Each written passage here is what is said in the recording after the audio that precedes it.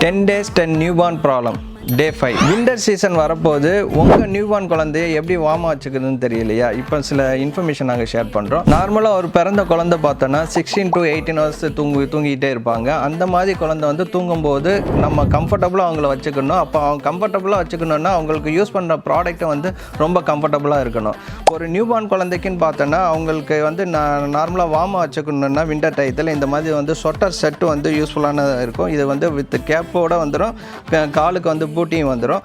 Suppose குழந்தை வந்து கொஞ்சம் பெருசாக இருக்காங்கன்னா நீங்கள் இந்த மாதிரி வந்து உள்ளன் ஸ்வெட்டரே இருக்குது, இதை வந்து யூஸ் பண்ணிக்கலாம். கிளைமேட் வந்து கொஞ்சம் அவுட் சைடு வந்து வார்மாகவே இருக்குது, வெயிலாகவே இருக்குன்னா அந்த நேரத்தில் வந்து பேபி தூங்கும்போது இந்த மாதிரி ஸ்லீப் சூட்டுன்னு சொல்லுவாங்க, வித் கால் கவர் ஆகிற மாதிரி இருக்கும், இது யூஸ் பண்ணிக்கலாம். நீங்கள் நைட் டயத்தில் வந்து பேபி தூங்கும்போது வந்து இந்த மாதிரி வந்து திக்காக உள்ள பிளாங்கெட் யூஸ் பண்ணலாம். இது வந்து ரொம்ப திக்காகவே இருக்கும்.